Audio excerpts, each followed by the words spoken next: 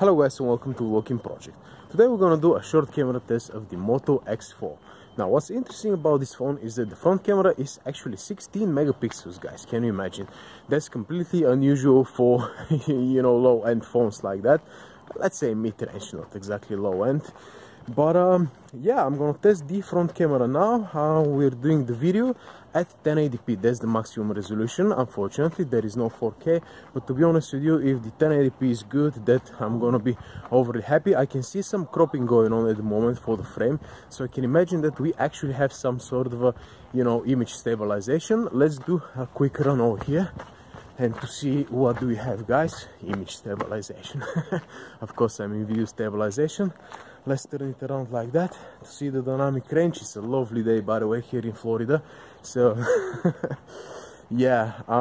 Let's have a look at a few selfies now, and then we're gonna move to the back cameras, guys, which should be more interesting, I guess.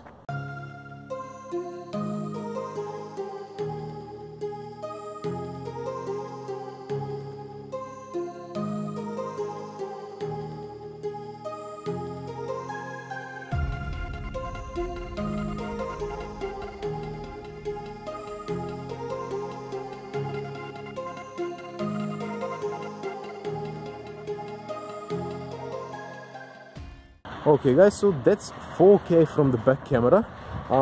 It looks pretty good, to be honest with you. Let's just do a quick sprint over here to see how the stabilization works and whether we have stabilization or not. I guess we have some, because I can see the frame being cropped, but anyway, we're gonna put this to the test. Let's quickly check the dynamic range.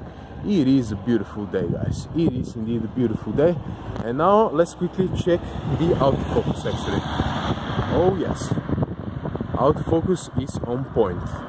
I am actually very happy with the autofocus, guys. And now let's check the 1080p. Okay, so there's the 1080p, guys. On the screen it looks much more stable, but again I can't really tell until I upload the files to the computer, guys, so I'm gonna tell you about that a little bit later on. So let's just do a quick sprint over here to see how the stabilization works on 1080p. Let's actually do the left turn over here. Okay, so far so good.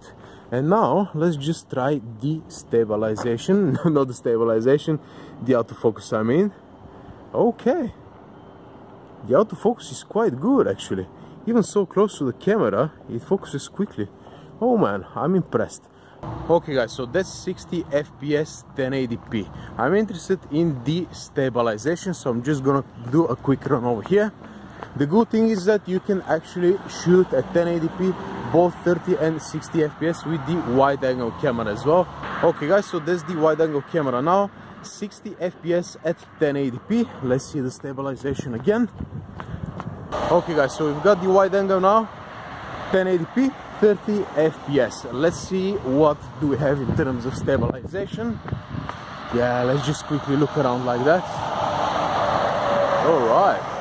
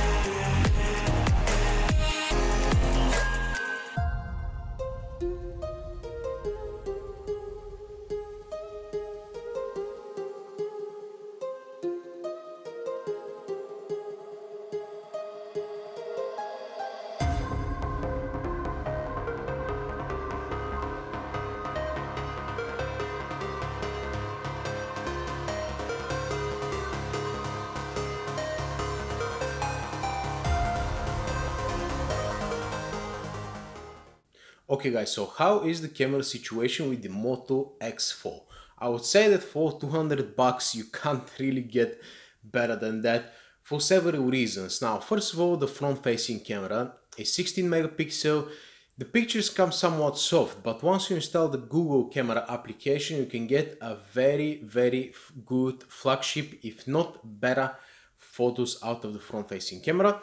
The video is pretty much unusable because it has no stabilization whatsoever, so keep that in mind. Now, moving on to the back cameras, that's probably one of my, that is actually my favorite setup. One proper camera and one super wide angle camera, as on the LG phones, at least the recent flagships like the G5, G6, G7, the V20 and the V30 and the V20 and the V35. So yeah, quite a lot of LG phones. Nobody else is doing that at the moment except this particular Moto X4. And now for the wide angle camera, I really like, the ability to fit more into the frame. That's excellent, but one thing though, there is no autofocus or even manual focus on the camera. The focus is fixed. So sometimes you're gonna get blurry images, so you have to kind of see for yourself where is, in what kind of distance is the perfect focus point. That's on the downside. And as well as when filming videos, you can do 60 FPS 1080p. After the update, there is totally no stabilization whatsoever, so you're gonna need a tripod. Now, when coming down to the normal videos, you've got the 4K option at 30 FPS, and again, there is no stabilization, so you're gonna need a tripod as well.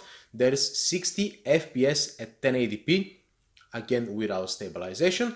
And of course there is 1080p with electronic image stabilization, and the results are pretty good actually.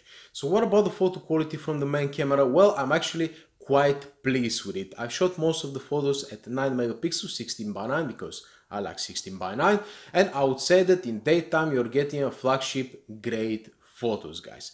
Now, when it comes down to low light, of course the results are not very good, but at least I'm glad that they're not using Samsung's algorithm where they basically smudge all the details and everything in order to look a little bit more, polished, rather than they just left the noise as it is. And I kind of prefer that approach because even if the image is a little bit grainy, at least it's usable. But have something else in mind. Even phones like the Samsung Galaxy S9 as well as the OnePlus 6 are still struggling in low light, so basically don't expect miracles from a phone which costs, 1/3 of the price. So overall, I'm quite happy with the results of the camera of the Moto X4. I could have wished that there's optical image stabilization, but there isn't. But again, for 200 bucks, you can't really complain.